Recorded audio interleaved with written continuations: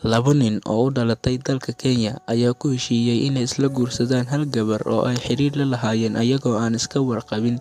Gabadhan ayaa xiriir la lahayd labada nin muddo 4 sano ah, iyadoo diiday inay xulato mid ka mid ah raggaani. Qareenno ku sugan dalka Kenya ayaa sheegay in guurkani sharci ahaan loo diiwaangelin doono haddii ay keenaan caddeymo muujinaya in arrintan ay dhaqanka qabiilkooda qayb ka tahay.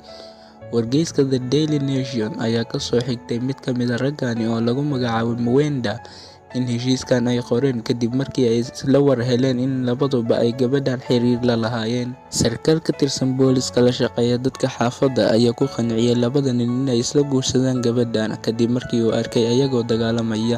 Heshiiska ay kala saxiixdeen ayaa qoraya in ay joojin doonaan dagaalka oo mid waliba uu fiirsan doono maalintiisa. Mwenda oo ka mid ah labada nin ayaa sheegay inuu bixin doono lacagta meherka, waxa uuna yiri labada waalid ee gabadha way ogol yihiin arrintaasi.